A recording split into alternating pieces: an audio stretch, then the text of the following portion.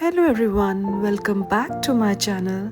I'm Deepika and today I'm taking you to the Spanish era of Manila. Just 30 minutes away from BGC is the city of Intramuros. This city was built by Spanish people in 15th century. It was seat of power, religion, culture in Philippines for more than 300 years. And our first stop is San Agustin Church, built in 16th century. This is the oldest stone church in Philippines and the only building in Intramuros to survive World War II almost unscathed. And now it's a part of UNESCO World Heritage Site group known as Baroque Churches of Philippines.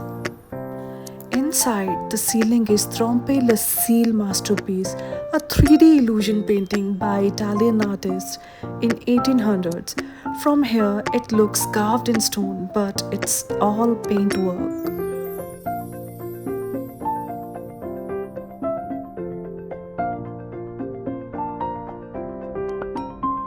The rows of carved narapios lead to gilded side altars, each with its own saint and story. I was awestruck by Virgin Mary. The sense of calm and peace you feel in the moment is indescribable. Like she's been here for generations, witnessing countless prayers, wedding vows, and baptism ceremonies. And here we also got glimpse of someone getting married in this church.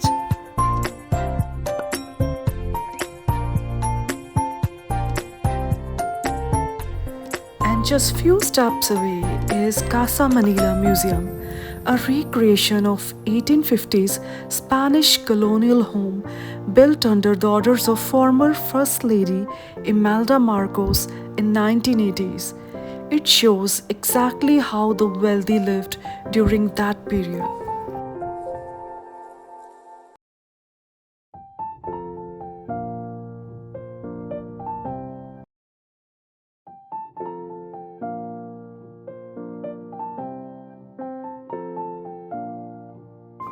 As you enter inside the house, your eyes are drawn upward to a massive mural on the staircase wall.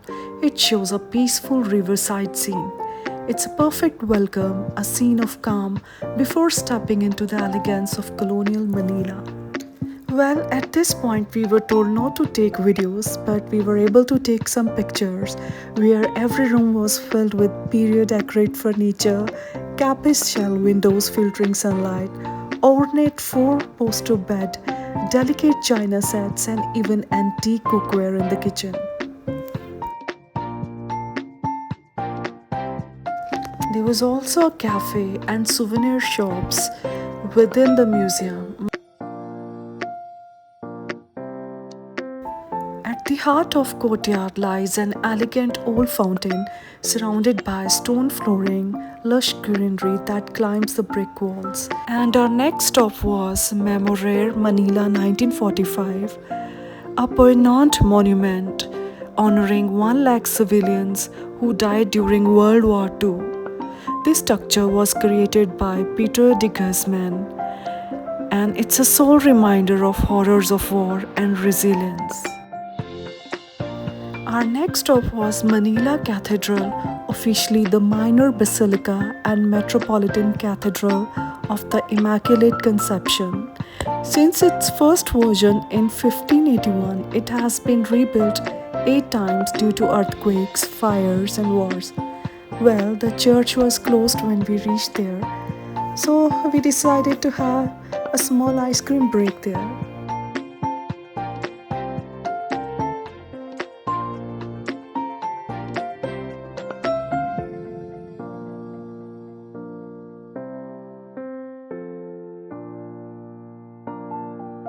And finally, we started walking towards our last stop, that is Fort Santiago.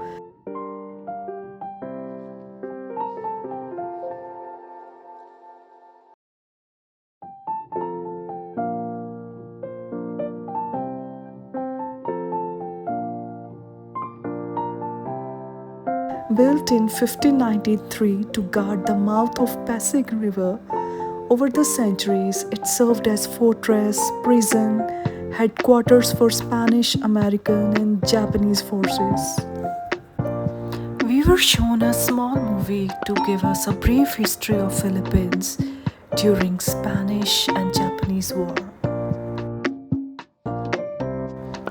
And then we headed out to explore other parts of the fort.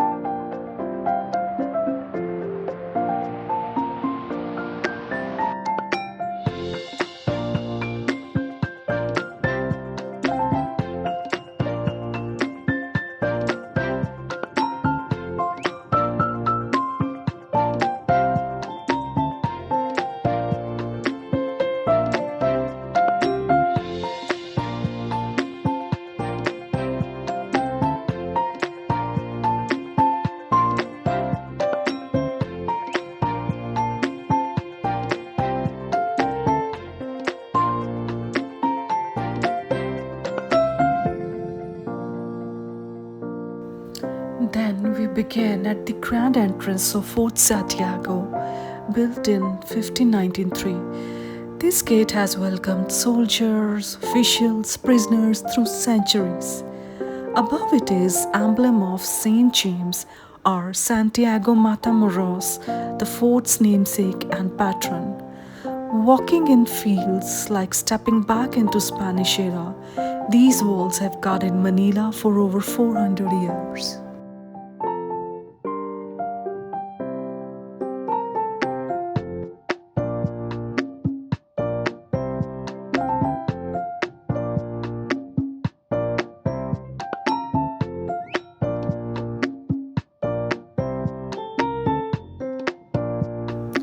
Rajah Sulayman Theatre. This area, known today as Rajah Sulayman Theatre, is cultural value named after the last native ruler of Manila before Spaniards arrived.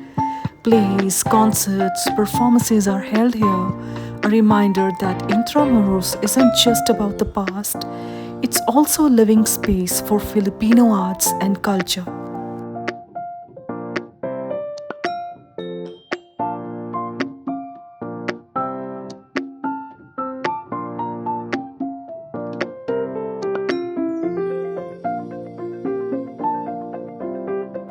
Then we move towards dark, narrow, brick prison cells with iron bars. Fort Santiago also served as a prison.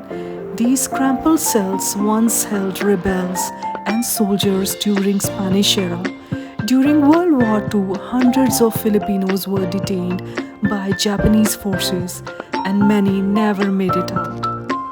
Well, it's haunting to stand here knowing how much suffering these walls have witnessed.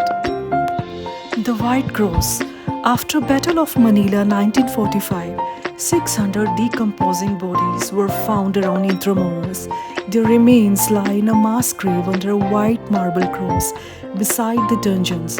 This structure was named in honor of Saint Barbara, the patron saint, armorer, artilleryman, miners, and others who work with explosives. And our last spot was Rizal's Walk or Rizal's Shrine. Perhaps the most powerful part of Fort Santiago is its connection to Dr. José Rizal, the national hero of Philippines. In 1896, Rizal was imprisoned here before his execution.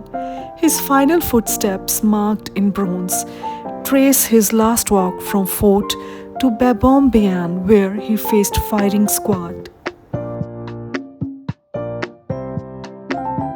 And finally, The view of Pasig River. Centuries ago, this was a lifeline. Galleons, trade ships, and fishing boats passed here daily.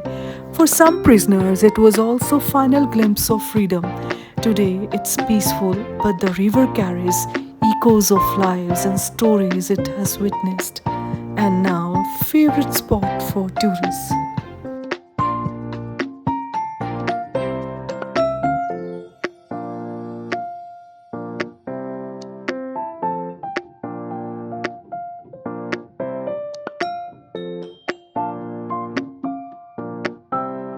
Okay, folks, and with this, we say goodbye to Intramuros city. I hope you enjoyed the vlog. Thanks for watching. Please like, share, subscribe.